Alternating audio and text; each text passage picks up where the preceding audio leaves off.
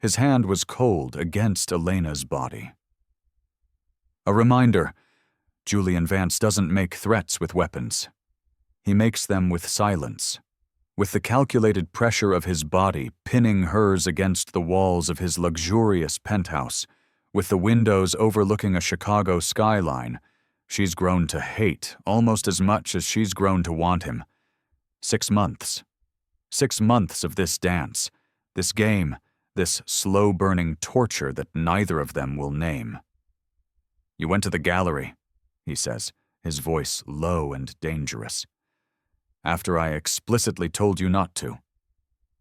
His breath is warm against her neck, and she can feel every rigid line of him pressed against her. The tailored suit does nothing to disguise the tension coiled in his muscles, the barely restrained fury that makes her pulse race for reasons that have nothing to do with fear. "You don't own me, Julian." "Don't I?"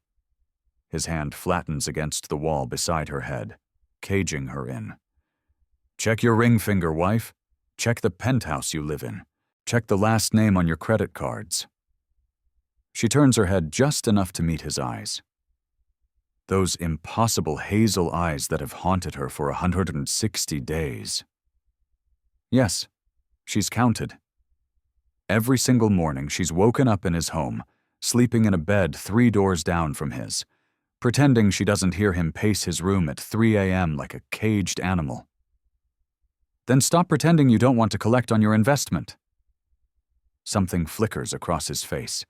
Heat, hunger, something raw that he immediately buries beneath that impenetrable control. The gun shifts as he moves, tucking it back into the shoulder holster beneath his jacket. Security protocol. Julian Vance has enemies, though he's never told her their names. He hasn't told her anything, really, except all the ways he doesn't want her. "Make a choice," she whispers, holding his gaze. "Kill me or take me. I'm tired of this game." For one breathless moment, she thinks he might. His pupils dilate, his jaw clenches, and his hand moves from the wall to her throat.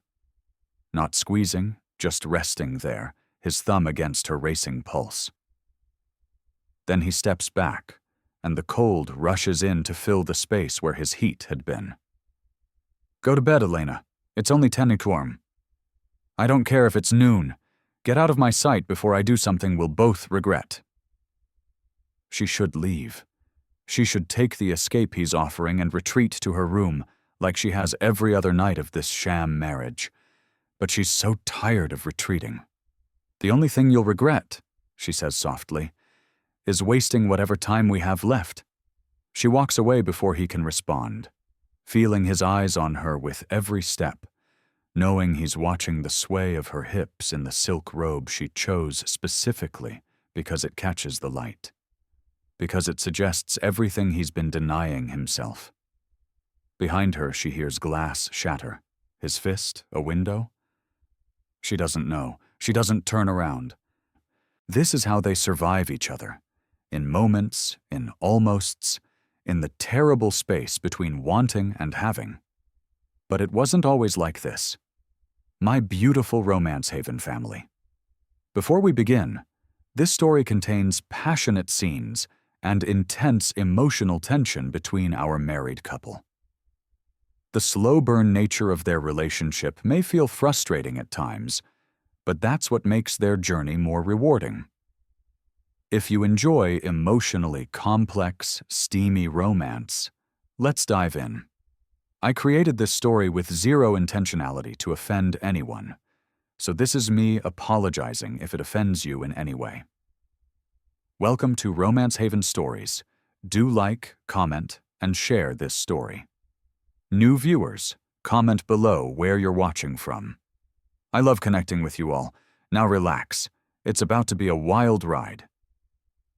6 months earlier, Elena's father's voice on the phone had that particular hollowness that meant he'd done something catastrophic. "Elena, sweetheart, I need you to come home." Home was Los Angeles, a hilltop estate in Bel Air that she'd grown up in and grown away from. She'd built her own life in Boston, a small marketing consultancy, a brownstone apartment in Beacon Hill. Friends who didn't care that her last name used to mean something before her father systematically destroyed his own reputation with increasingly reckless development deals. What happened? Not on the phone. How soon can you get here? 18 hours later, she was sitting in his study while he explained how he'd lost $60 million. Not his $60 million. He'd mortgaged everything years ago. This was investor money. Specifically, Vance global investor money funneled through subsidiary holding companies into LA commercial real estate developments that had catastrophically failed when the market shifted. Marcus Corves, she said slowly, using his full name because he'd stopped feeling like Dad somewhere around the third bankruptcy. You gambled $60 million of someone else's money on office parks in this economy? He had the decency to look ashamed. The projections were solid. The projections were fantasy. She stood, pacing the same Persian rug she'd played on as a child. Who's the investor? What's the timeline for repayment? That's complicated. How complicated? The door to the study opened, and her father's lawyer entered. A weasel-faced man named Briggs, who'd been helping Marcus dig deeper holes for a decade. Behind him came someone else. Elena had seen Julian Vance before, of course. Wall Street Journal covers, Bloomberg articles, that infamous profile in GQ that had half the women in America fantasizing about being summoned to his office. Photos didn't do him justice. They couldn't capture the sheer presence of him, the way he seemed to bend space around himself just by existing. 35 years old, built like he actually used the private gym in his skyscraper, dark hair cut sharp enough to draw blood. A face that was almost too handsome, except for the hardness in his eyes. The kind of hardness that came from building a financial empire before most people finished their MBA. He wore a navy suit that screamed luxury just looking at it. And he looked at her like she was a balance sheet he was evaluating. Miss Corves. His voice was exactly what she'd expected. Deep, controlled, with the faintest trace of a mid-Atlantic accent from his years at Harvard. I'm Julian Vance. I know who you are. Then you know why I'm here. Perhaps, she responded. $60 million. He said it like someone else might say $60. An inconvenience, not a catastrophe. Plus interest, plus penalties for the contractual breaches involved in the misappropriation of funds. Her father made a sound like he was being strangled. Julian, we discussed options. Vance's eyes never left Elena's. I'm presenting the one your daughter needs to hear. Something cold slithered down her spine. What option? He smiled. And it was the kind of smile that made her understand how he destroyed every competitor who'd ever challenged him. Marry me, and the debt disappears. Your father keeps his house, his reputation, and a $12 million settlement to restart his business. Everyone wins. The room tilted. I'm sorry, what? It's not a complicated proposition, Miss Corves. I need a wife for business purposes. You need your father's debt to disappear. We help each other. Business purposes. She looked at her father, whose face had gone carefully blank. You're trading me like a business asset because you gambled wrong. Elena, how long have you known about this? Marcus wouldn't meet her eyes. We've been negotiating for 3 weeks. 3 weeks? He'd spent 3 weeks bartering his daughter to a billionaire stranger while she'd been in Boston, completely oblivious. And when exactly were you planning to mention it? I'm mentioning it now. His voice hardened with the particular defensiveness he always deployed when he knew he was wrong. You have 18 hours to pack your things and be on a plane to Chicago. The wedding is in 4 days. The wedding? She laughed, sharp and bitter. You actually think I'm going to agree to this? Julian Vance spoke quietly, but somehow his voice cut through everything else. You'll agree because the alternative is federal prosecution for your father. Wire fraud, securities fraud, investor fraud.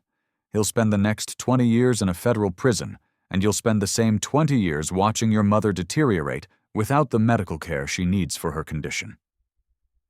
Her blood went cold. You wouldn't. I would. I have the documentation prepared. The FBI is very interested in your father's creative accounting practices. He checked his watch, something sleek and Swiss that probably cost more than a car. 18 hours, Miss Corves. I suggest you use them wisely. He left without waiting for a response, because men like Julian Vance didn't wait for anything. Elena turned to her father, who suddenly looked every one of his 65 years. Mom's condition. What condition? The Parkinson's has progressed. She needs full-time care, the kind that costs money you don't have because you gambled it away. The betrayal was so complete, she almost couldn't feel it. Almost. How long have I got? The plane leaves at noon tomorrow. 18 hours to pack up a life. 18 hours to say goodbye to everything she'd built. 18 hours before she became Mrs. Julian Vance. She didn't sleep that night. She packed mechanically, clothes, books, the few things that mattered, and tried not to think about what she was walking into. Tried not to remember the cold calculation in Julian Vance's eyes when he'd looked at her like a problem to be solved. By the time she boarded the private jet to Chicago, she'd cried herself empty. By the time they landed, she'd rebuilt the armor. If Julian Vance wanted a wife, he was going to get one. Just not the kind he was expecting. 4 days later, Elena stood in Chicago City Hall wearing a dress she hadn't chosen. Pearl satin, designer label, perfectly tailored to a body they'd somehow gotten exact measurements for. Her hair had been styled by professionals who'd arrived at the penthouse at dawn. The makeup artist had done something that made her look luminous and untouchable. She looked like Julian Vance's wife. She felt like an expensive doll. The rotunda was filled with 300 people she'd never met. Business associates, finance industry royalty, investors who needed to see that Julian Vance was settling down, becoming stable, becoming the kind of man you'd trust with your billions. This was the business purpose. Julian Vance, genius finance mogul, was too young, too ruthless, too unpredictable. A wife meant stability. A wife meant he was thinking long-term. A wife meant the board of directors would stop questioning his volatility. She was a PR strategy in a pearl satin dress.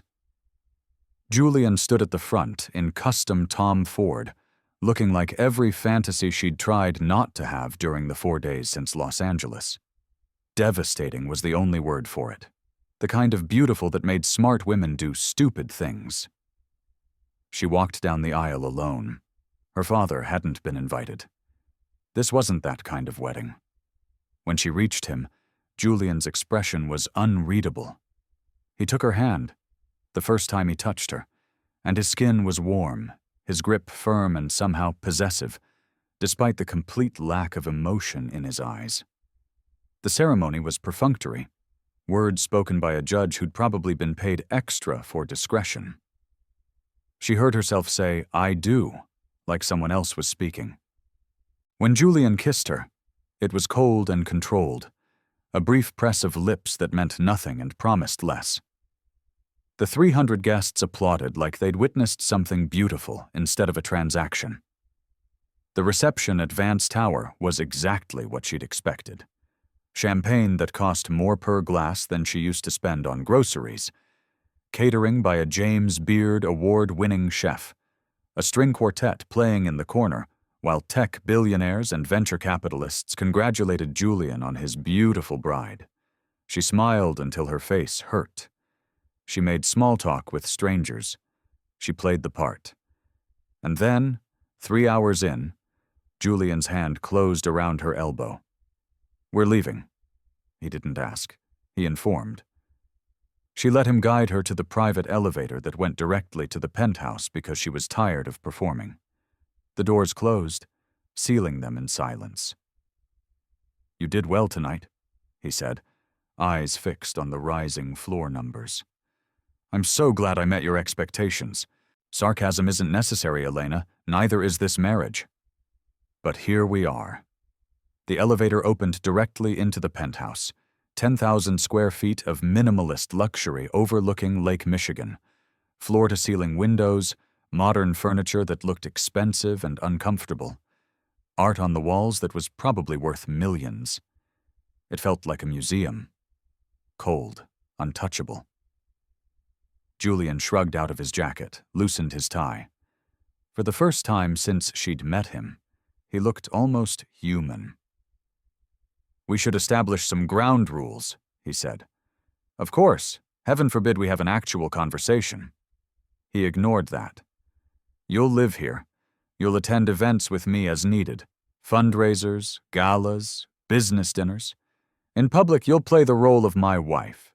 Devoted, appropriate, poised." He poured himself scotch from a crystal decanter. "Didn't offer her any.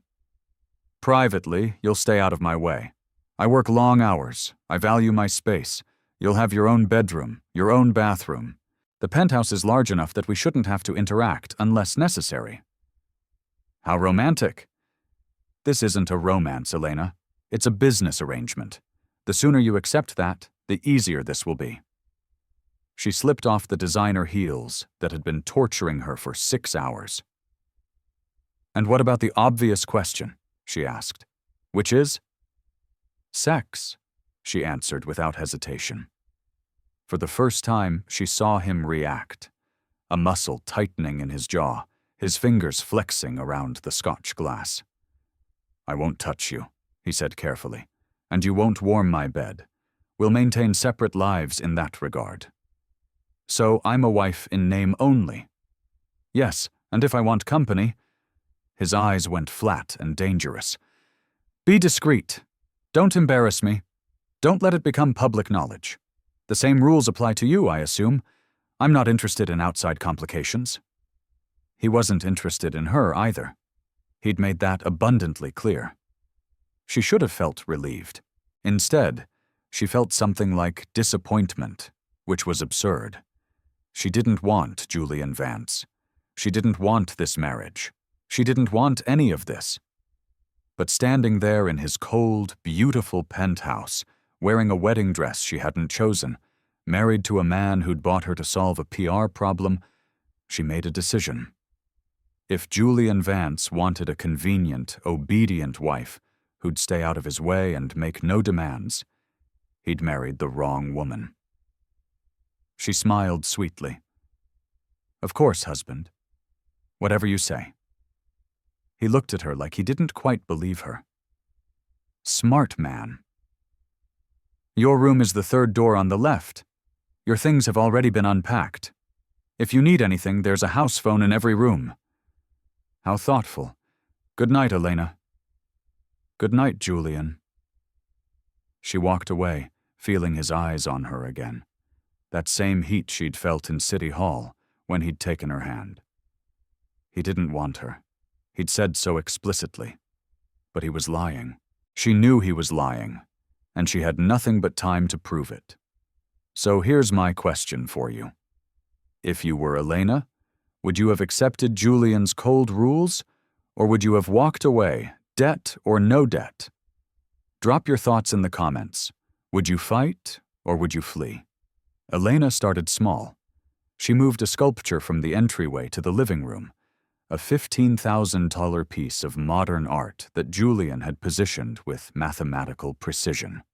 When he came home that evening, his eyes went straight to the empty pedestal, then tracked to its new location near the windows. His jaw tightened. "Did you move that?" "It gets better light here, don't you think?" "I think it was fine where it was." "I disagree." She walked away before he could respond, and she didn't move it back. The next day, she rearranged the throw pillows on his pristine velvet sofa. Pillows that had been positioned at exact angles, untouched since the interior designer had placed them. She angled them casually, the way people actually lived. Julian said nothing, but she saw his fingers flex when he noticed, saw the muscle jump in his jaw. By the end of the first week, she'd introduced color to his monochrome existence. A teal throw blanket over the back of a chair, fresh flowers, bright yellow tulips in a vase on the kitchen island, books on the coffee table instead of hidden away in perfect alphabetical order on shelves. The penthouse started to look like someone actually lived there instead of like a photograph in Architectural Digest. And Julian Vance, master of control, said nothing. But his body betrayed him. The clenched fists, the rigid posture, the way he'd stand in the doorway of a room she'd altered, staring like he was physically restraining himself from putting everything back. Week 2, she escalated. She discovered his conference call schedule. Tuesdays and Thursdays at 2 p.m., he took video calls from his home office. The door would close, and for 90 minutes the penthouse would be silent except for the low murmur of his voice discussing mergers, stock prices, strategic projections. The first Thursday, Elena put on music. Not loud, just present. A jazz playlist with a sultry saxophone that drifted through the penthouse like smoke. Within 5 minutes, his office door opened. "Turn it off." "I'm sorry."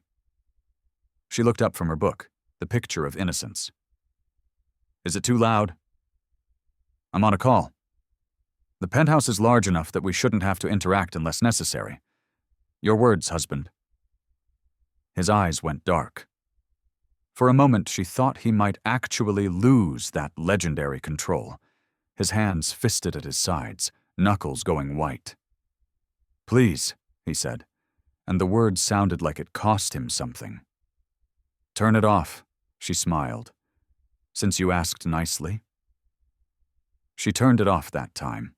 The following Tuesday, she waited until his call started, then practiced yoga in the living room directly outside his office. Downward dog in fitted athletic wear. The office door cracked just enough that if he glanced out, he'd see her. She heard him stumble over his words, heard the strain in his voice as he tried to focus on whatever merger he was discussing. This was her power, she realized.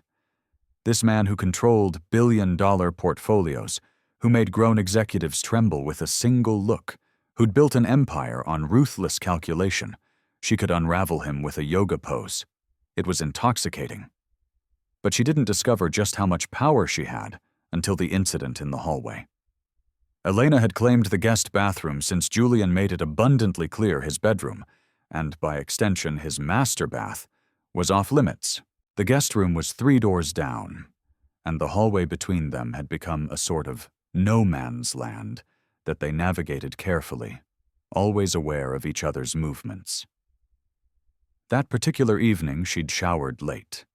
The water had been hot enough to turn her olive skin warm, to make her muscles relax, to steam up the entire bathroom. She wrapped herself in a towel, one of Julian's expensive Turkish cotton towels that felt like sin against her skin, and opened the door. Julian was in the hallway. He froze. She froze. And then, because she was tired of retreating, tired of playing it safe, tired of pretending she didn't see the hunger in his eyes every time he thought she wasn't looking, the towel slipped. Not completely, just enough. Just to where it barely clung to her curves, where water tracked down her shoulders, between her breasts, along the line of her collarbone. Julian's eyes followed every drop. His throat worked on a swallow. His hands fisted so tightly she could see his knuckles go white even from 10 feet away. "Cover yourself." His voice was strained, rough, nothing like his usual controlled tone. Elena stepped closer instead of away. "It's my home too, or are you giving me a dress code now?" "Elena, you said separate lives." "Private lives. This is my private life, Julian." She watched him war with himself, watched desire and control battle across his face, watched his eyes drag down her body like a physical touch before he wrenched them away. Then he turned and walked to his study. The door closed. The lock clicked. Elena just discovered Julian's weakness.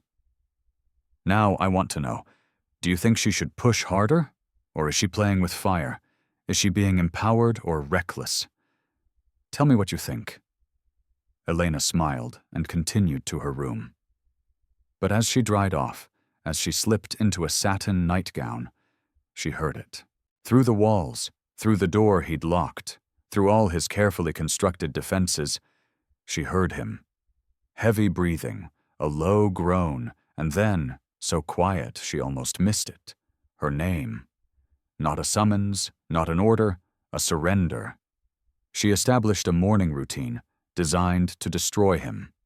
6:30 a.m. every day, she unrolled a yoga mat in the center of the living room, right where the morning light flooded through those floor-to-ceiling windows, right where Julian would see her on his way to the kitchen for his first cup of coffee.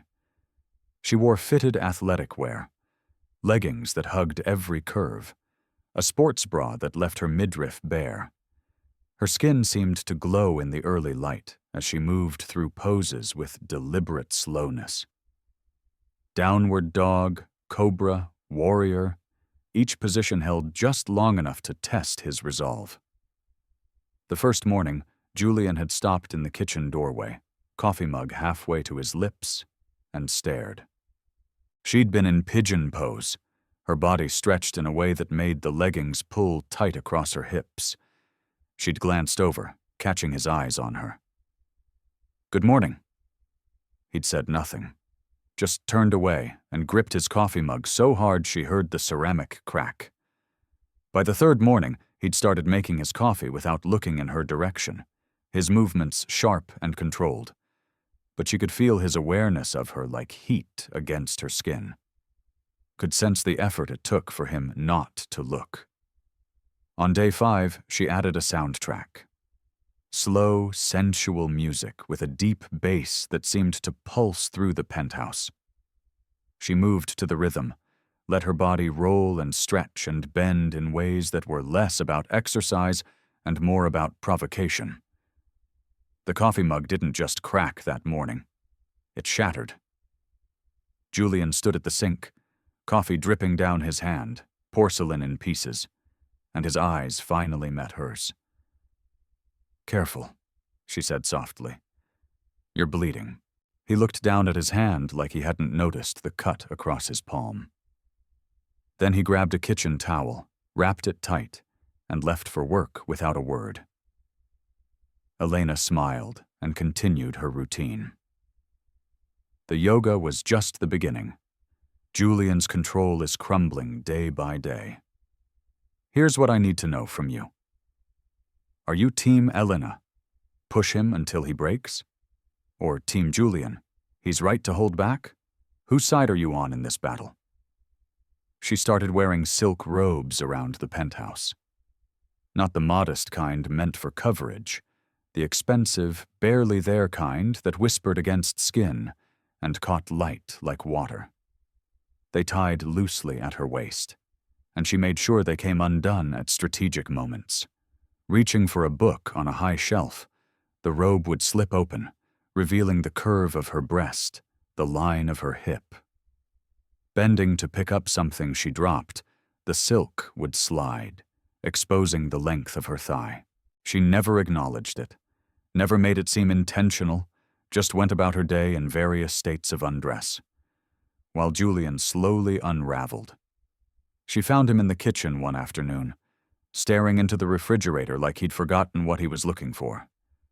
His tie was loosened, his jaw tight. When she walked past him to get water, the robe slipping off one shoulder, he made a sound low in his throat that was almost a growl. "Is there a problem?" she asked innocently. "No." The word was bitten off. "No problem." But his eyes said otherwise. His eyes said he was one silk robe away from breaking every rule he'd set. Julian had a video conference at 2 Cons. She'd learned his schedule by heart. Important investors from London discussing the expansion of Vance Global into European markets. He'd be in his glass-walled study for at least 90 minutes, visible but supposedly undistracted. Elena waited until the call started, until she could see him through the glass in full professional mode. Tailored shirt, focused expression, hands gesturing as he discussed quarterly projections. Then she settled onto the living room sofa, directly in his sight line, and began applying lotion. She started with her feet, slow, methodical movements, her hands smoothing the lotion along her ankles, her calves. She'd changed into a short silk slip dress, the kind that rode up when she shifted position.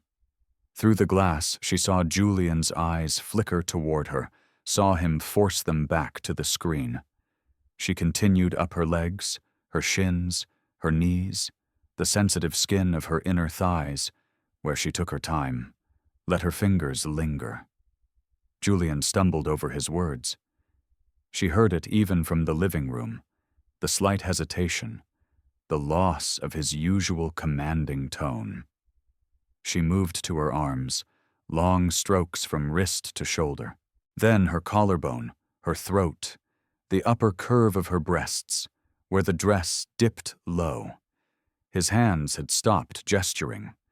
He was stock still, and even though he was trying to focus on the screen, his eyes kept betraying him, sliding to where she reclined on his sofa, touching herself in ways that were perfectly innocent and absolutely devastating. When the call finally ended, Julian emerged from his study, looking like he'd survived a war. "Dry skin," Elena explained, holding up the lotion bottle. "The air in Chicago is so different from LA." He stared at her for a long moment. Then, without a word, he turned and went to his bedroom. The door closed with careful, controlled precision. But she'd seen his face. She'd seen the barely leashed hunger there. He worked late most nights. She'd learned that too. He'd be in his study until 11 haxes or midnight, visible through the glass walls, bathed in the blue light of multiple monitors as he built his empire. Elena would put on music, not loud, just present, songs with slow, sensual rhythms that seemed made for moving your body, and she'd dance. Not for him, ostensibly, just for herself. Alone in the living room, with the city lights spread below, she'd let the music move through her. She'd close her eyes, let her hips sway, let her hands slide up her body into her hair, let herself get lost in the rhythm. But she was always aware of him, always conscious of the man watching from his glass cage, his work forgotten, his hands braced on his desk like he was holding himself in place. Sometimes she'd spin, let the movement lift her dress. Sometimes she'd arch her back, arms overhead, body on full display. Sometimes she'd move so slowly, it was almost torture for both of them. One night, she opened her eyes mid-dance and found him standing at the glass wall of his study. One hand pressed flat against it, his expression stripped of all the careful control he usually maintained. He looked hungry, desperate, like a man dying of thirst watching water he couldn't have. Their eyes met across the space. Elena smiled and continued dancing. Julian stayed at the glass for another minute, then disappeared deeper into his study where she couldn't see him. But she'd seen enough. The night she discovered him in her doorway, she'd been asleep, or almost asleep. That twilight space between waking and dreaming where awareness gets fuzzy. Some instinct pulled her back to consciousness. Some sense that she wasn't alone. She kept her eyes closed, her breathing even, but her other senses sharpened. Someone was there. In her doorway. Watching. Julian. She knew it was him from the particular quality of silence, from the faint scent of his sandalwood cologne, from the way the air seemed to shift with his presence. He didn't move, didn't speak, just stood there in the darkness watching her sleep. Elena's heart pounded, but she forced herself to remain still, forced her breathing to stay slow and deep. Whatever this was, whatever had driven him to her room at 3:20 a.m., she needed to let it play out. Minutes passed. 3, 5, maybe more. She felt his gaze like a physical touch moving over her body beneath the silk sheets. Imagined what he was seeing. Her hair spread across the pillow, one arm above her head, the sheet draped low enough to reveal the curve of her shoulder, the line of her collarbone. Then, so quietly she almost missed it, she heard him exhale. A shaky, unsteady breath that spoke of a control barely maintained. He left as silently as he'd come. The door didn't close. He'd never opened it all the way, just stood in the frame like he was afraid to cross that threshold. Elena waited until his footsteps faded down the hall. Waited until she heard his bedroom door close. Then she opened her eyes and stared at the ceiling, her pulse racing. A few minutes later, she heard the shower start. At 3 a.m., in Julian's private bathroom. The water ran for a long time. 20 minutes, 30. And through the walls, these expensive walls that were supposed to provide privacy, she heard sounds that made heat pool low in her belly. Heavy breathing, a groan, low and rough, the sound of a palm slapping against tile. And then her name again, louder this time, like it was being torn from his throat. Elena closed her eyes and tried not to imagine it. Julian under the spray, water streaming over that perfect body she'd only seen in tailored suits, his hand on himself, his control finally, privately breaking. The thought was intoxicating. The walls between them had never felt thinner.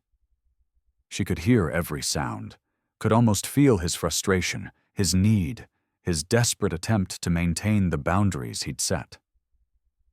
When the shower finally stopped, silence fell over the penthouse again. But Elena didn't sleep. She lay awake, staring at the darkness, knowing he was doing the same 3 doors down. Both of them aware of each other, both of them wanting, both of them trapped by rules that were becoming more meaningless with every passing day. The tension had become unbearable. Elena had chosen her dress carefully. Black, elegant, sophisticated. Exactly the kind of thing Julian would approve of, except for the back, which didn't exist. The fabric draped to the base of her spine, leaving her entire back exposed. She'd had her hair styled up, revealing her neck, her shoulders, the line of her spine. Diamond earrings Julian had sent to her room without comment, heels that made her legs look endless. When she emerged from her room, Julian was waiting by the elevator, checking his watch. He wore a tuxedo like he'd been born in one. Perfect fit, perfect style. Devastating. He looked up when he heard her heels on the marble floor and froze. His eyes traveled over her slowly, taking in every detail. The dress, the exposed skin, the way the fabric clung to her curves. When his gaze finally returned to her face, something dangerous flickered there. "You're not leaving dressed like that." Elena raised an eyebrow. "Excuse me?" "Change." "No." She moved toward the elevator. Julian stepped in front of her, blocking her path. "I said, change." And I said, "No." "Dear husband." She tried to step around him. He moved with her, staying in her way until her back hit the door, and he was there, arms braced on either side of her head, caging her in. They were inches apart, close enough that she could feel his heat, smell his cologne, see the flecks of gold in his hazel eyes. "Elena, you're going to walk into that gala wearing that," he said, his voice low and rough. "And every man there is going to look at you. They're going to see all that skin and they're going to want what's mine." "Yours?" Her breath came faster. "You made it very clear. I'm not yours. Separate lives, remember?" Elena lifted her hand, let it trail down his chest. She felt his heart pounding beneath the crisp white shirt, felt the way his breathing hitched at her touch. "Afraid you'll break your precious vow?" she whispered. His eyes went dark. "You have no idea what you're playing with." "Then tell me," she said. "If I touch you." His voice was strained, his control visibly fraying. "If I touch you, I won't stop. I'll make sure everyone at that gala knows exactly who you belong to. There won't be separate lives anymore. There won't be boundaries. There won't be any going back. I'll bend you over every surface in this penthouse. I'll mark you so everyone knows you're mine. I'll ruin you." Her breath hitched. Maybe that's what I want. For a moment, one perfect suspended moment, she thought he'd do it, thought he'd close that last inch between them and finally give them both what they'd been wanting for weeks. His hands were shaking where they pressed against the door. His eyes were locked on her mouth. His whole body was taut with the effort of holding back. Then he pushed away from the door so abruptly she almost fell. "Go." His voice was rough. "Do whatever you want. Wear whatever you want. Get yourself killed for all I care." He turned and walked away, leaving her there against the door, her heart racing, her body aching with unfulfilled need. Elena took a shaky breath and pressed the elevator call button. She went back to her room, peeled off the black dress, and lay in the darkness, listening to Julian pace his room like a caged animal. She didn't go to the gala, but Julian didn't need to know that. She'd gone to a coffee shop instead, called her friend Sophie in Boston, and spent 2 hours talking about nothing important while sitting in a corner booth watching the city move past the windows. When Sophie mentioned her cousin Thomas, some diplomatic attaché she'd met at a wedding, Elena had laughed loudly enough to draw looks from other patrons. She was still on the phone when she stepped into the elevator to the penthouse, still laughing as the doors opened into darkness. The penthouse was unlit except for the city glow through the windows. Elena ended the call, slipped her phone into her clutch, and reached for the light switch. "Did you have fun?" She froze. Julian's voice came from somewhere in the darkness, the living room maybe, or near the windows, low and controlled, but with an edge that made her pulse quicken. "Julian, I didn't realize you were still awake. I asked you a question." She found the light switch. Soft illumination flooded the space, revealing him standing near the bar, still in his tuxedo, but disheveled now. Tie gone, shirt partially unbuttoned, hair that looked like he'd been running his hands through it. He looked dangerous, undone. "The evening was pleasant," she said carefully. "The ambassador's nephew is quite charming." Something flickered across Julian's face, something dark and possessive that made her breath catch. He reached for the glass of scotch on the bar beside him, gripped it too hard. The glass shattered. Crystal exploded in his hand, scotch and blood dripping onto the white marble. Julian looked down at it like he hadn't noticed, like the pain was irrelevant compared to whatever was eating him alive.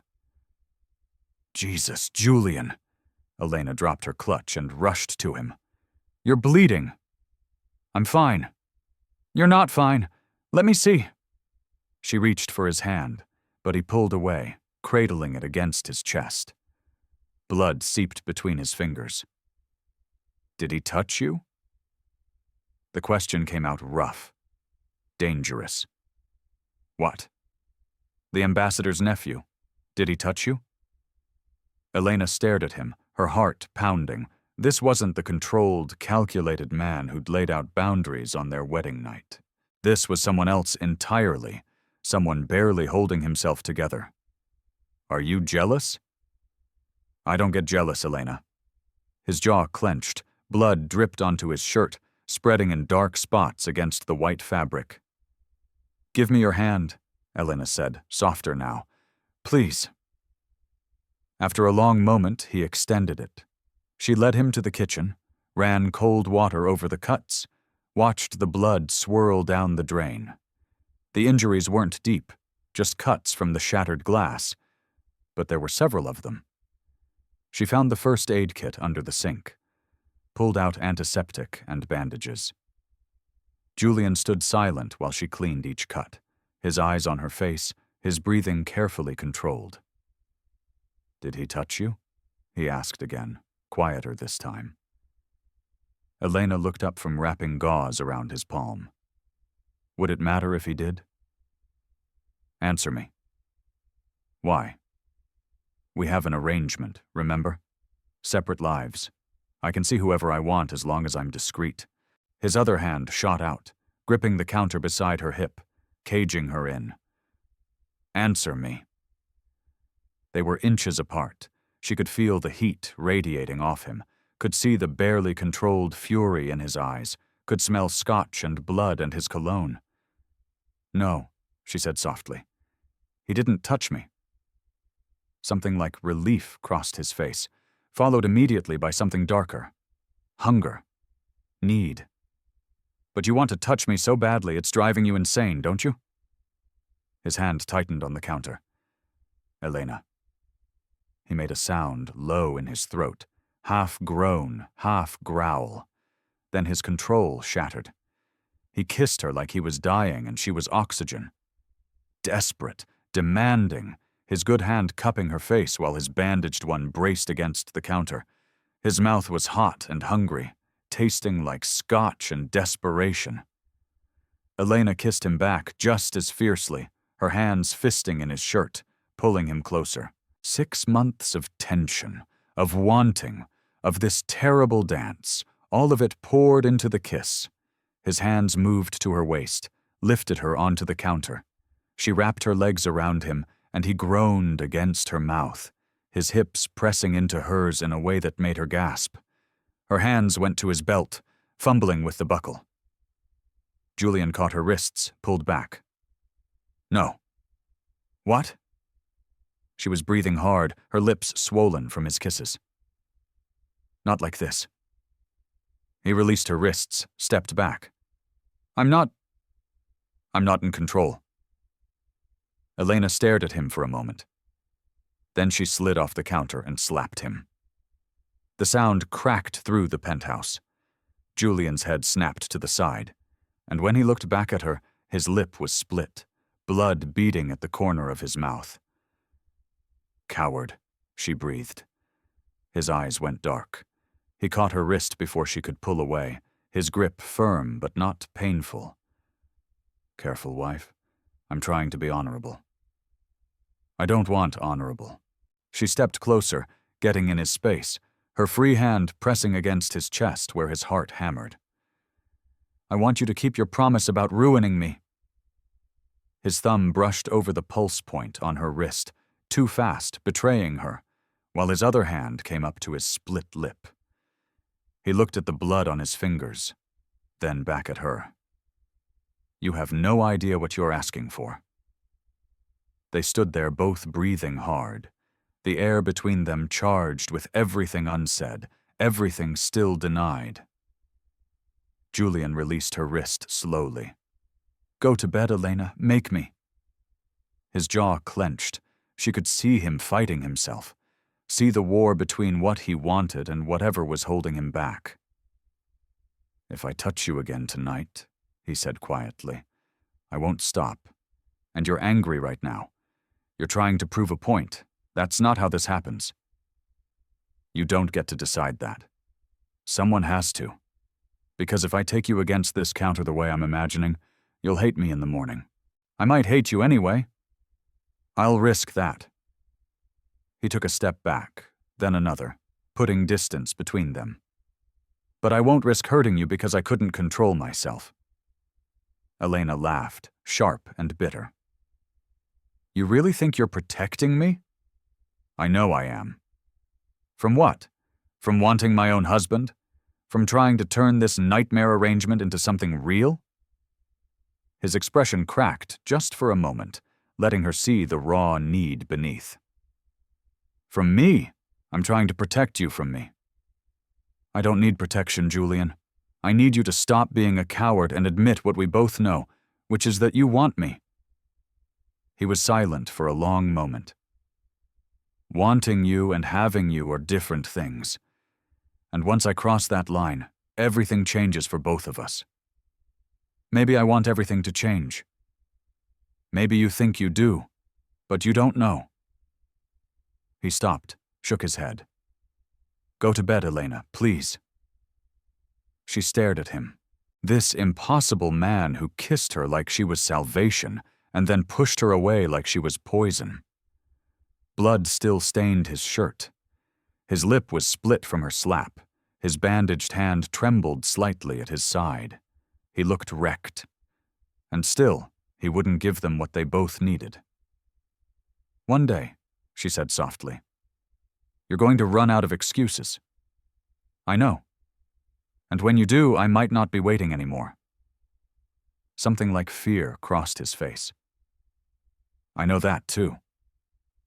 Elena picked up her clutch and walked to her room, feeling his eyes on her the entire way. Behind her, she heard him exhale shakily, heard him whisper her name like a prayer. But he didn't follow. If Julian Vance wanted to play the martyr, wanted to deny them both what they so clearly needed, then she would make his noble suffering absolutely unbearable. She started bringing men to the penthouse. Liam Sterling was first, a venture capitalist she'd met at one of Julian's tedious networking events. Handsome in that generic, wealthy way, utterly boring, but he served a purpose. She invited him for drinks, made sure to time his arrival for when Julian would be home. They never made it past the foyer. Elena had no intention of actually entertaining these men, but Julian didn't know that. She'd laugh too loud at Liam's mediocre jokes, her hand on his arm. She'd stand too close, let her hair fall forward when she looked up at him, and she'd make sure Julian could see it all from his glass-walled office. The first time Julian had emerged from his study within 10 minutes, his expression carefully blank. "Elena, I didn't realize we were having guests." Liam was just leaving. She'd smiled sweetly. "Weren't you, Liam?" Poor Liam had looked confused, but read the room quickly enough. "Right. Early meeting tomorrow. I'll call you." Julian had waited until the elevator doors closed. "What was that? A friend?" "You said I could have my own life," she said. "In private. Discreet. Not bring them to my house." He fired back. "This is my house too, remember?" He'd stared at her for a long moment, something dangerous flickering in his eyes. Then he'd turned and went back to his office without another word. Elena had smiled. She did it again 3 days later.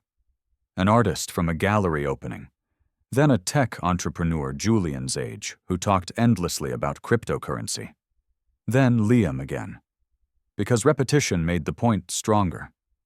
Each time Julian would emerge from wherever he was working. Each time his control would crack a little more. His hands would fist, his jaw would tighten, his eyes would go dark with barely suppressed fury. But he never said anything. Never forbade her. Never admitted what it was doing to him to see other men in his space, near his wife. I escalated.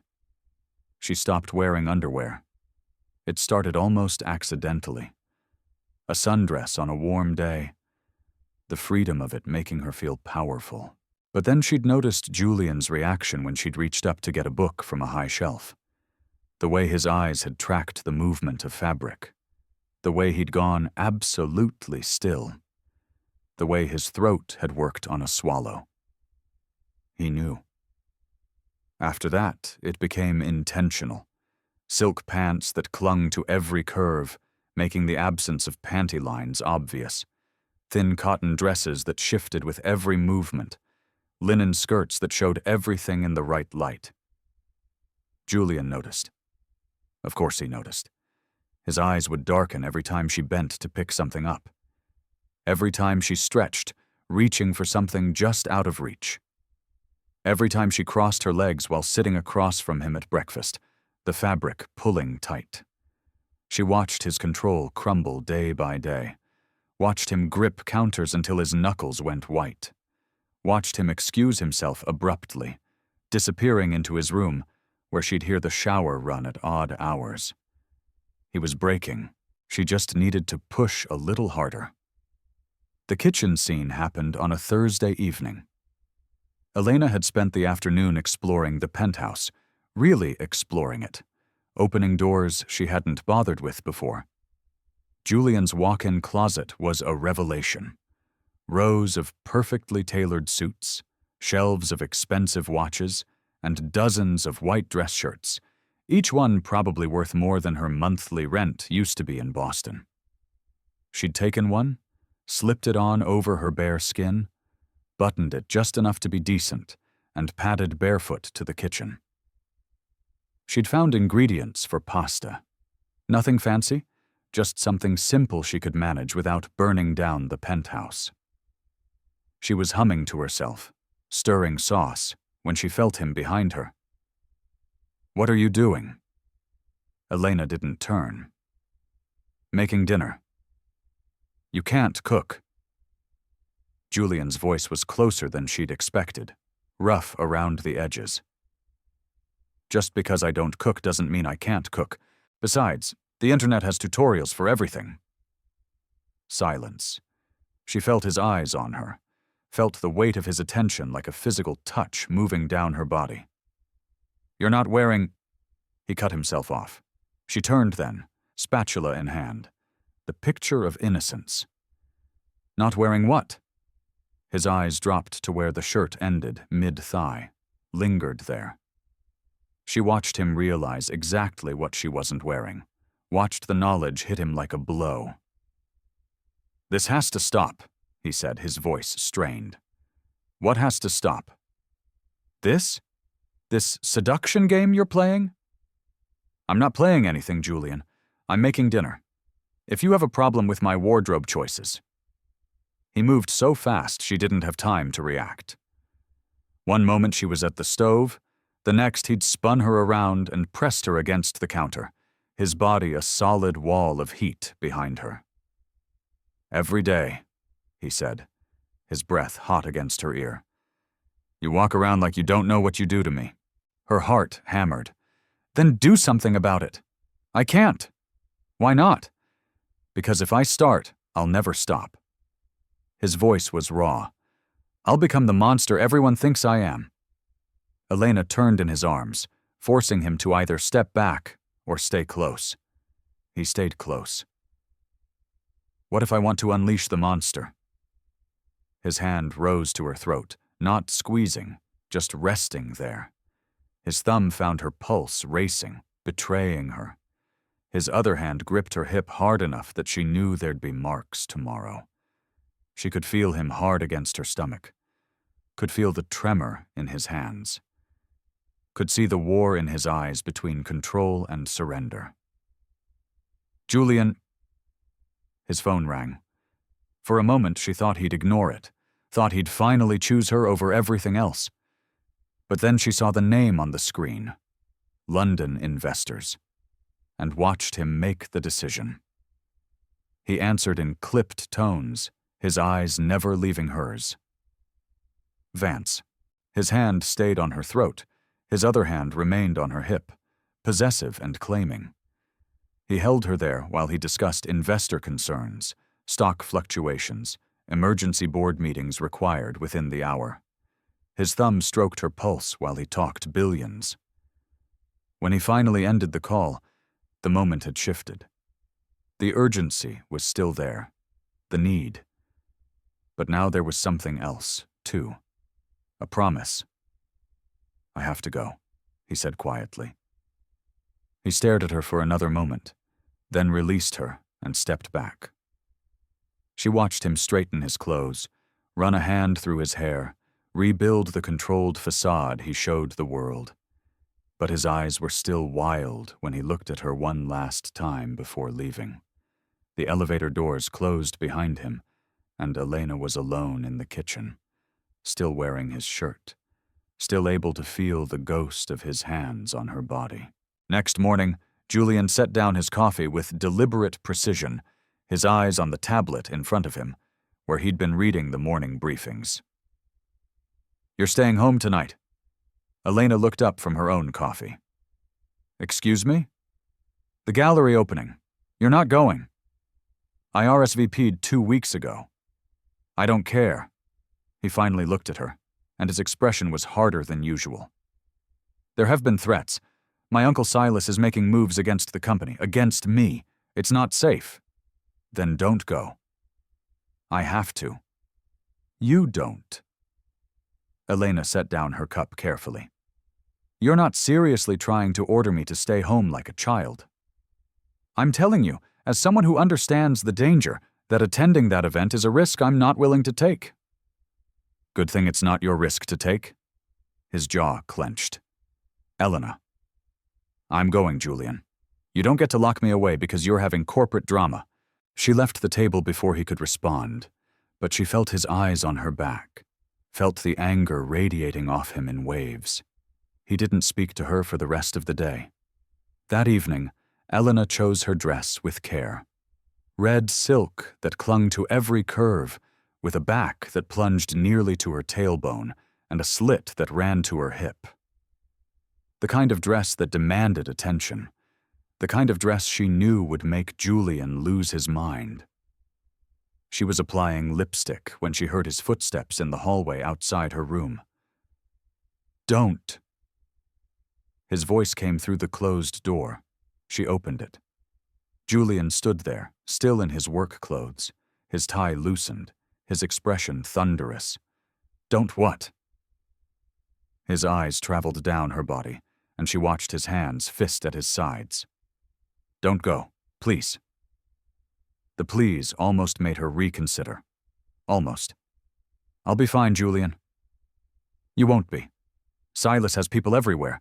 If he sees an opportunity, then your security team can earn their salary." She grabbed her clutch and moved past him toward the elevator. His hand caught her wrist. "Elena, I'm asking you." She looked at where he held her, then up at his face. For the first time, she saw something beyond anger there, something that looked almost like fear. "And I'm telling you, I can take care of myself." She pulled free and stepped into the elevator. The last thing she saw before the doors closed was Julian's expression. Fury and frustration, and something desperate. The gallery opening was exactly what she'd expected. Champagne, overpriced art, people in expensive clothes pretending to appreciate abstract paintings that looked like accidents. Liam Sterling found her within 20 minutes. "Elena, you look incredible." "Liam, I didn't know you were interested in contemporary art." "I'm interested in beautiful things." His smile was practiced, smooth. "Can I get you a drink?" She let him stand too close, let him touch her lower back when guiding her through the crowd. She even laughed at his jokes, though she couldn't have repeated a single one later. And all the while, she felt eyes on her. Julian's security team. She'd spotted them within minutes of arriving. 2 men in dark suits positioned at different points in the gallery, their attention never wavering from her. He was having her followed. She should have been angry, should have felt violated by the surveillance. Instead, she felt something warm unfurl in her chest. He cared enough to protect her even when she'd defied him. She stayed at the gallery for 2 hours, long enough to make her point, long enough that when she finally left, heading back to the penthouse alone, her feet ached from the heels, and she was tired of pretending to enjoy herself. The security team followed her car. She watched them in the rearview mirror, staying a careful distance behind. The penthouse was dark when she arrived. Elena stepped out of the elevator, reaching for the light switch, when his voice came from the shadows. "You never listen." She froze, her heart jumping into her throat. Julian emerged from the darkness near the windows. He hadn't turned on any lights, was just a silhouette against the city glow, but she could feel the intensity radiating off him. "I told you not to go," he said, his voice low and dangerous. "You're not my father, Julian. I am your husband."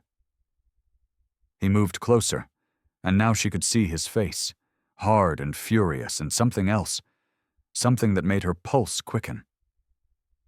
"I told you it wasn't safe, but nothing happened. Nothing happened because I had dozens of security teams on you." He kept advancing until her back hit the floor-to-ceiling windows. "Nothing happened because I spent the entire evening monitoring every person who came within 10 feet of you. Nothing happened because I made deals I didn't want to make to ensure Silas's people stayed away from that gallery." His hand slammed against the glass beside her head, making her flinch. For the first time since she'd met him, Elena felt genuine fear. Not of violence. Julian would never hurt her. She knew that instinctively. But of the promise in his eyes, of what might happen if the last threads of his control finally snapped. "Do you know what could have happened tonight?" His voice was rough. "Do you have any idea?" "I was fine. You were vulnerable, exposed, and that bastard Sterling had his hands on you. Why do you care so much?" The question hung between them. Julian's breathing was heavy, his hand still braced against the glass, his body caging hers in. She could see the gun holstered under his jacket. Security protocol he'd mentioned before, but she'd never actually seen him carry. "Why, Julian? Why does it matter?" "Because I've had security on you every day since the wedding." The admission came out harsh. "Every time you left this building, every time you went anywhere without me. Do you know what it cost me not to act? Every time you let another man touch you? Every time Liam Sterling put his hands on my wife? Why do you care if other men touch me? Are you really that blind?" He laughed, sharp and bitter. "Are you really that oblivious? You said you didn't want me. You said I lied." The confession exploded out of him, ragged and raw. "I've wanted you since you walked down that courthouse aisle, looking like every sin I've ever wanted to commit. Every morning when you do yoga in those tight clothes. Every night when I hear you through the walls." Elena's breath caught. "What? You think those walls are soundproof?" "They're not. I hear everything. Every whimper. Every time you touch yourself. Every time you come thinking about me and moaning my name." Heat flooded her face. "You could hear?" "Yes, I heard everything." His other hand came up to brace against the glass on her other side, fully caging her in. "Just like you can hear me. Don't pretend you haven't. Don't pretend you don't know what you do to me." "Then why?" Her voice was barely a whisper. "Why push me away?" "Because I'm trying to protect you from my world, from corporate enemies like Silas who would use you to get to me." "From me?" He leaned closer, his face inches from hers. "Because if I claim you, really claim you, there's no going back. You become a target. You become mine forever. And I'm selfish enough that once I have you, I'll never let you go." "What if I don't want to be let go?" He stared at her, and something vulnerable broke through the anger. Something that looked like hope and fear tangled together. "You don't know what you're saying." "I know exactly what I'm saying." Elena reached up and pulled him down to her, pressing her lips to his. For a heartbeat, he was still. Then he responded without hesitation, kissing her like he was drowning and she was air. His hands left the glass to grip her waist, pulling her against him. The kiss was desperate, consuming. Months of denial and need poured into the connection of their mouths. When they finally broke apart, both breathing hard, Julian pressed his forehead to hers. "Elena." "I'm already a target," she said softly. "The moment I married you, I became one. I'm already yours. You made sure of that when you took me from my father. The only question is whether you're brave enough to be mine." His hands tightened on her waist. "If we do this, you'll be in danger." "I'm already in danger." He pulled back enough to look at her face, searching for something. Doubt, maybe? Hesitation. She gave him none. "Are you sure?" he asked quietly. "I've never been more sure of anything." Julian's thumb brushed across her bottom lip. "Once I take you, you're mine completely.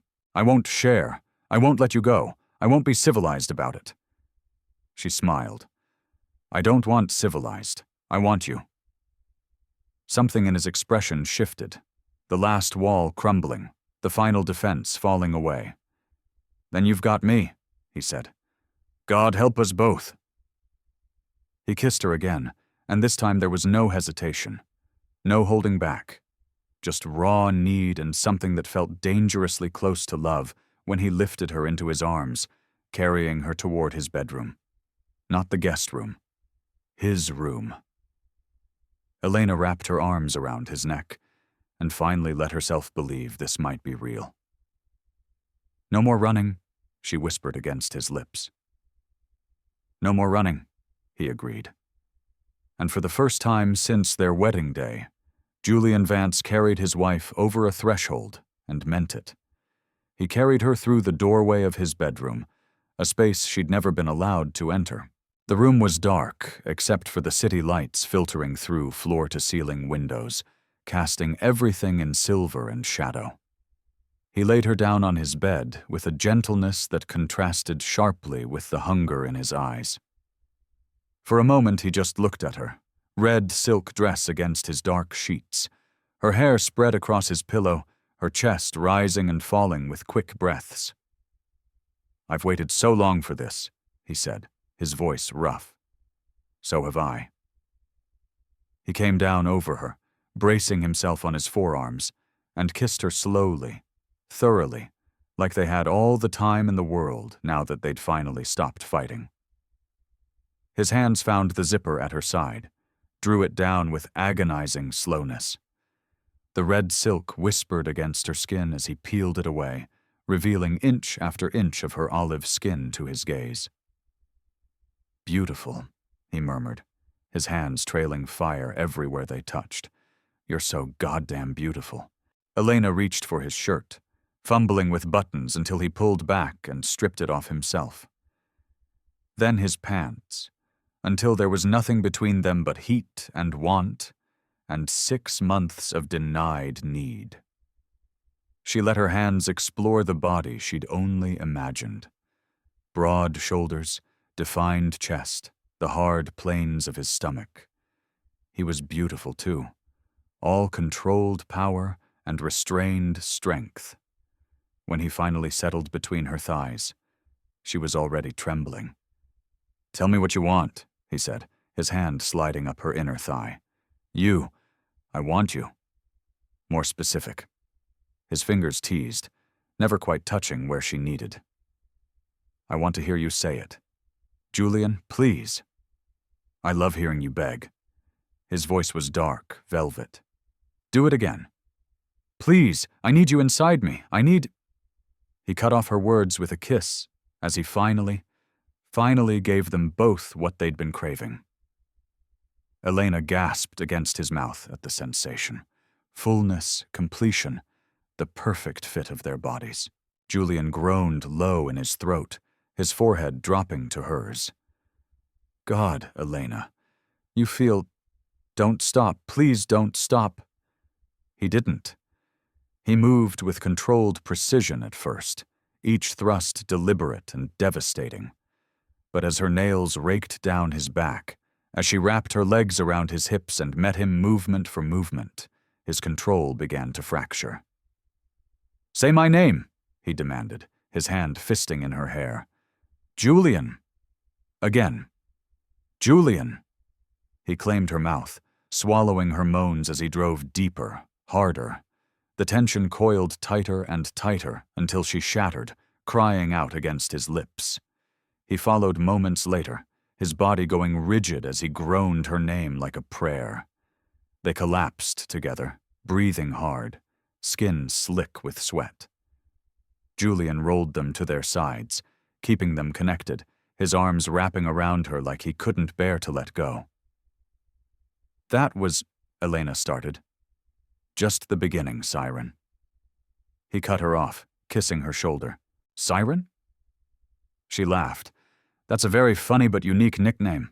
I love it, though. You are my siren, Elena. You lured me in until I crashed. He pulled her in for a kiss. They came together again and again through the night. Sometimes fierce and demanding, sometimes slow and tender, learning each other's bodies, discovering what made the other gasp and moan and beg. Here? He asked, his mouth on her neck. Yes. What about here? His hand between her thighs, fingers working magic. God, yes. Tell me. I want to hear everything. She told him what she wanted, what she needed, what she'd imagined during all those nights alone in the guest room. And he gave her everything, wringing pleasure from her body until she was boneless and trembling. Hours passed in quiet intimacy, in whispered words and soft touches. They dozed, tangled together, then woke to reach for each other again. When dawn finally broke through the windows, painting the room in gold and rose, Elena woke wrapped in Julian's embrace. His arm was draped possessively across her waist, his body curled protectively around hers. She felt his lips brush her shoulder. Mine. She smiled, threading her fingers through his. Yours, and you're mine. Always. He pulled her tighter against him. I'm never letting you go. Good, because I'm not going anywhere. They lay there as the city woke around them. Finally on the same side. Finally whole. Finally home. The warning came 3 weeks after everything changed between them. Silas Vance appeared at the penthouse unannounced, his expression carved from the same cold stone as his nephew's used to be. Julian met him in the foyer while Elena lingered in the hallway, close enough to hear. She's a distraction, Silas said without preamble. This company needs your full focus, not some gold digger you married on impulse. Careful, Uncle. Julian's voice was dangerously quiet. That's my wife you're discussing. That's exactly my point. Since when do you let personal entanglements interfere with business? The board is concerned. Your judgment has become compromised. My judgment is fine. Is it? Because the quarterly report suggests otherwise. Elena had wanted to intervene, to defend herself, but Julian had caught her eye and shaken his head slightly. Trust me, the look said. Silas left with thinly veiled threats about emergency board meetings and votes of no confidence. Julian had pulled her into his arms the moment the elevator doors closed. He's going to make a move. What kind of move? I don't know yet, but it's coming. It came at the Chicago Children's Hospital Charity Gala 2 weeks later. Elena was working the room, doing what she'd learned to do well, charming donors, facilitating connections, being the perfect CEO's wife. Julian was across the ballroom in discussion with potential investors when she noticed the shift. Whispers, sideways glances, people suddenly avoiding her. Then she saw Silas speaking with members of Vance Global's board, saw them looking at tablets, saw their expressions harden. Whatever he'd planned, it was happening now.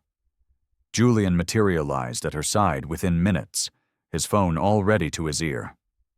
Henderson, I need you to file the injunction immediately. Yes, now. I don't care what time it is in London. He guided Elena through a side door into an empty ballroom, still dark and quiet, while the gala continued in the main space. What's happening? She asked. Silas tried to leak fabricated documents suggesting you've been embezzling charity funds. Julian's jaw was tight. He thought it would make me divorce you or face criminal investigation. Julian. It's handled. My lawyers are already filing defamation suits and restraining orders. Silas just destroyed any credibility he had with the board. He pulled her into his arms, and she felt the tension in his body. You're choosing me over him, over your family. Yes, you are the most important person in my life, so I'll always put you first. Besides, you're my family now. He pulled back to look at her face. Does this concern you that I chose you over my uncle? No. Her answer was immediate. It should, but it doesn't. Why not? Because I would make the same choice for you. Her hand cupped his face. Every time. Without hesitation, he kissed her softly, and it was different from the desperate, hungry kisses they'd shared before. This was full of emotion and commitment and promises that had nothing to do with arranged marriages or business deals. When he pulled back, his eyes were warm in the dim light filtering through the doorway. Let's go home, he said quietly. The gala can continue without us. I'm done performing for people who don't matter. He threaded his fingers through hers. I just want to take my wife home. Elena smiled and let him lead her toward the exit, leaving the whispers and Silas's machinations behind. They had each other. Everything else was just noise. The sun was rising over Chicago, painting the sky in shades of gold and rose, when Julian led Elena onto the balcony, wrapped in nothing but one of his dress shirts. He stood behind her, arms around her waist, chin resting on her shoulder as they watched the city wake below them. The same city that had felt so cold and foreign 6 months ago now felt like home. I love you, Elena said softly. My monster, my enemy, my husband. Julian's arms tightened around her. I love you too. More than my empire, more than my life. She turned in his arms to face him. Any regrets? He asked. She considered for a moment, a smile playing at her lips. Just one? I should have slapped you harder that first time. We'd have figured this out sooner. His dark laugh rumbled through his chest when she swatted his shoulder. You can slap me any time, Siren. Careful, I might take you up on that. I'm counting on it. He lifted her effortlessly onto the balcony railing, stepping between her thighs. The shirt rode up, and the morning air was cool against her skin. But Julian's body was warm as he pressed closer. So what now? She asked, her hands sliding up his bare chest. Now? His eyes went dark with intent. Now I'm going to claim my wife on this balcony where all of Chicago can see who you belong to. Elena glanced down at the city spread below them. They were high enough that no one could actually see details, but the floor-to-ceiling glass behind them, the open balcony, anyone could see. That's the point. His hands slid up her thighs, pushing the shirt higher. Let them see. Let them know the stubborn woman who never listens, who drives me insane, who nearly gets herself killed daily. Let them know she's mine. You're insane! But her breath hitched as his fingers found bare skin. You're going to ruin me. You made me this way. He kissed her throat, her jaw, the corner of her mouth. And you wanted me to ruin you. You begged me to. Julian, say yes, Siren.